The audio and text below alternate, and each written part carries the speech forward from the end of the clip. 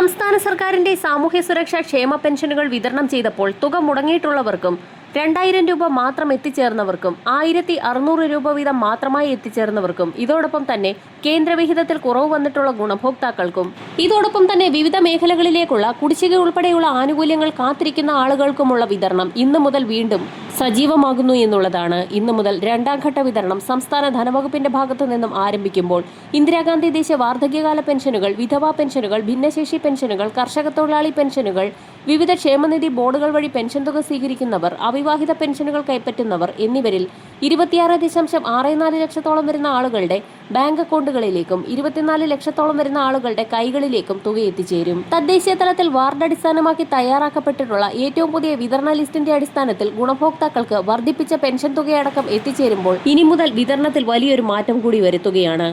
സംസ്ഥാന സർക്കാരിന്റെ ഭാഗത്തു നിന്നുമുള്ള പരിശോധനകൾ നാളെ മുതൽ കൂടുതൽ കർശനമാക്കും. ക്ഷേമ പെൻഷൻ വിതരണം ചെയ്തപ്പോൾ വലിയൊരു വിഭാഗം ആളുകൾക്കും തുക എത്തിച്ചേർന്നിട്ടില്ല. പെൻഷൻ വിതരണത്തിനായി സംസ്ഥാന സർക്കാർ വീണ്ടും വായ്പ എടുക്കുന്നു എന്നുള്ള വാർത്ത കൂടി ഇപ്പോൾ പുറത്തു വന്നിരിക്കുകയാണ്. പൊതുവിപണിയിൽ നിന്ന് കടപ്പത്രം വഴിയാണ് വായ്പ എടുക്കുന്നത്. 1500 കോടി രൂപ കടമെടുക്കാനാണ് സർക്കാർ നീക്കം. ഈ തുക കൂടി എത്തിച്ചേരുന്ന സാഹചര്യത്തിൽ മാത്രമേ ഗുണഭോക്താക്കൾക്കുള്ള വിതരണം പൂർത്തിയാകൂ.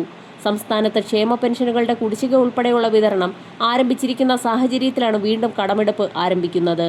ഈ മാസത്തെ പെൻഷനും മുൻപത്തെ കുടിശ്ശികയും ഉൾപ്പെടെ നിലവിൽ ഗുണഭോക്താക്കൾക്ക് 3600 രൂപ വീതം എത്തിച്ചേരുമെന്നാണ് സർക്കാർ പ്രഖ്യാപിച്ചിട്ടുള്ളത്. ഇതിനുള്ള ധനസമാഹരണത്തിനാണ് സർക്കാർ വീണ്ടും വായ്പ എടുക്കുന്നത്. ചൊവ്വാഴ്ച പണം സർക്കാരിന്റെ കയ്യിലെത്തുമെന്നാണ് റിപ്പോർട്ട്. ഈ തുക കൂടി എത്തിച്ചേരുന്ന സാഹചര്യത്തിൽ മാത്രമേ വിതരണം കൂടുതൽ സജീവമാകൂ. പഞ്ചായത്ത് തിരഞ്ഞെടുപ്പുകൾ ഉൾപ്പെടെ ലക്ഷ്യം വെച്ചാണ് സർക്കാർ പെൻഷൻ തുക വർദ്ധിപ്പിച്ചതെന്നായിരുന്നു ഉയരുന്ന ആരോപണങ്ങൾ. എന്നിരുന്നാലും പെൻഷൻ ഗുണഭോക്താക്കളെ സംബന്ധിച്ചിടത്തോളം കുടിശ്ശിക തീർത്ത് വിതരണം ചെയ്യുന്നതും വർദ്ധിപ്പിച്ച പെൻഷൻ തുക കൈകളിലേക്ക് എത്തുന്നതും തീർത്തും ആശ്വാസകരമായി മാറും. വർദ്ധിപ്പിച്ച പെൻഷൻ തുകയടക്കം അക്കൗണ്ടുകളിലേക്ക് എത്തുമ്പോൾ നിരവധി ആളുകളാണ് സർക്കാരിനെ കബളിപ്പിച്ച് അനർഹമായി പെൻഷൻ തുക കൈപ്പറ്റുന്നത് ശ്രദ്ധയിൽപ്പെട്ടിരിക്കുന്നത്. അനർഹമായി ക്ഷേമ പെൻഷൻ വാങ്ങുന്നവരെ കണ്ടെത്താൻ കേന്ദ്ര ആദായ നികുതി വകുപ്പിന്റെ സഹായവും സംസ്ഥാന സർക്കാർ തേടുമെന്നാണ് ഏറ്റവും പുതിയ റിപ്പോർട്ട്. സംസ്ഥാനത്ത് ആദായ നികുതി റിട്ടേൺ നൽകുന്നവരുടെ പട്ടിക ആദായ നികുതി വകുപ്പിൽ നിന്ന് ലഭിച്ചാൽ അതുമായി ആധാർ ഉൾപ്പെടെയുള്ള വിവരങ്ങൾ ഉപയോഗിച്ച് ഒത്തുനോക്കാനാകും.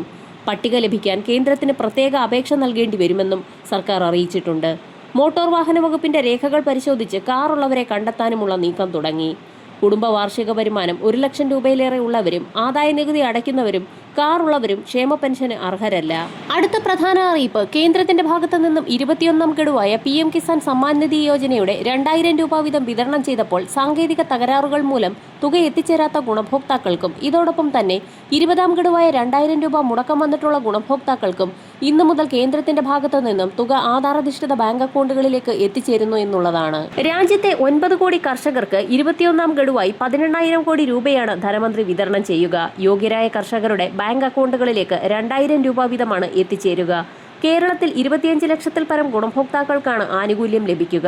ചെറുകിട കർഷകർക്ക് സാമ്പത്തിക സഹായം നൽകുക എന്നത് ലക്ഷ്യമിട്ട് കേന്ദ്ര സർക്കാർ കൊണ്ടുവന്ന PM കിസാൻ പദ്ധതിയിലേക്ക് 2000 രൂപ വീതമുള്ള ആനുകൂല്യം ലഭിക്കുന്നതിനായി ഗുണഭോക്താക്കൾക്ക് അപേക്ഷിക്കാവുന്നതാണ്.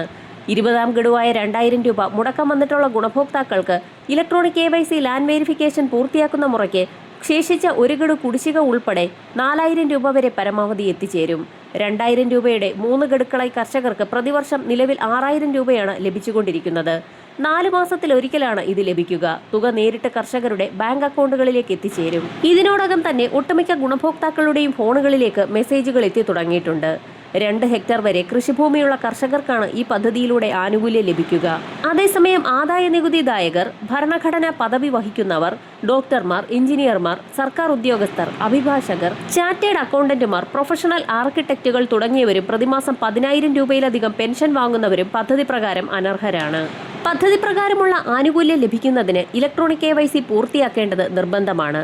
അർഹരായ കർഷകരിലേക്ക് തുക എത്തുന്നുണ്ടെന്ന് ഉറപ്പാക്കാനും അനർഹരെ നീക്കം ചെയ്യാനും ഇടനിലക്കാരുടെ പങ്ക് ഇല്ലാതാക്കാനുമാണ് സർക്കാർ ഇലക്ട്രോണിക് KYC അഥവാ eKYC നിർബന്ധമാക്കിയിരിക്കുന്നത്. eKYC പൂർത്തിയാക്കാതിരുന്നാൽ ഗഡു തടഞ്ഞുവെക്കും. OTP അടിസ്ഥാനമാക്കിയുള്ള ഇലക്ട്രോണിക് KYC ആണെങ്കിൽ PM കിസാൻ പോർട്ടൽ വഴിയോ മൊബൈൽ ആപ്പ് വഴിയോ ചെയ്യാവുന്നതാണ്.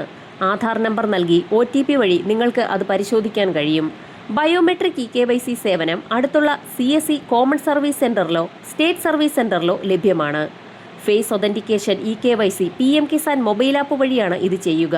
വിരലടയാള സൗകര്യം ഇല്ലാത്തവർക്ക് ഈ രീതി ഉപയോഗിക്കാം. ആപ്പിൽ ഇലക്ട്രോണിക് KYC സ്റ്റാറ്റസ് നോ എന്നാണെങ്കിൽ ഈ KYCയിൽ ക്ലിക്ക് ചെയ്ത ശേഷം നിങ്ങളുടെ ആധാർ നമ്പർ സബ്മിറ്റ് ചെയ്യാം. ഇതിനുശേഷം ഫേസ് സ്കാനിങ്ങിനുള്ള അനുമതി നൽകുക. ഫേസ് സ്കാനിംഗ് വിജയകരമായി പൂർത്തിയാക്കുമ്പോൾ ഈ KYCയും പൂർത്തിയാകും. എന്നാൽ 24 മണിക്കൂറിന് ശേഷമേ ഇതിന്റെ സ്റ്റാറ്റസ് അറിയാൻ കഴിയുകയുള്ളൂ. ഇലക്ഷൻ പ്രമാണിച്ച് വിവിധ മേഖലകളിലേക്കുള്ള കൂടുതൽ ആനുകൂല്യ വിതരണങ്ങൾ ഉടൻ പ്രഖ്യാപിക്കും. വരും മണിക്കൂറുകളിലെ സർക്കാർ അറിയിപ്പുകൾക്കായി ചാനൽ സബ്സ്ക്രൈബ് ചെയ്യാൻ മറക്കാതിരിക്കുക.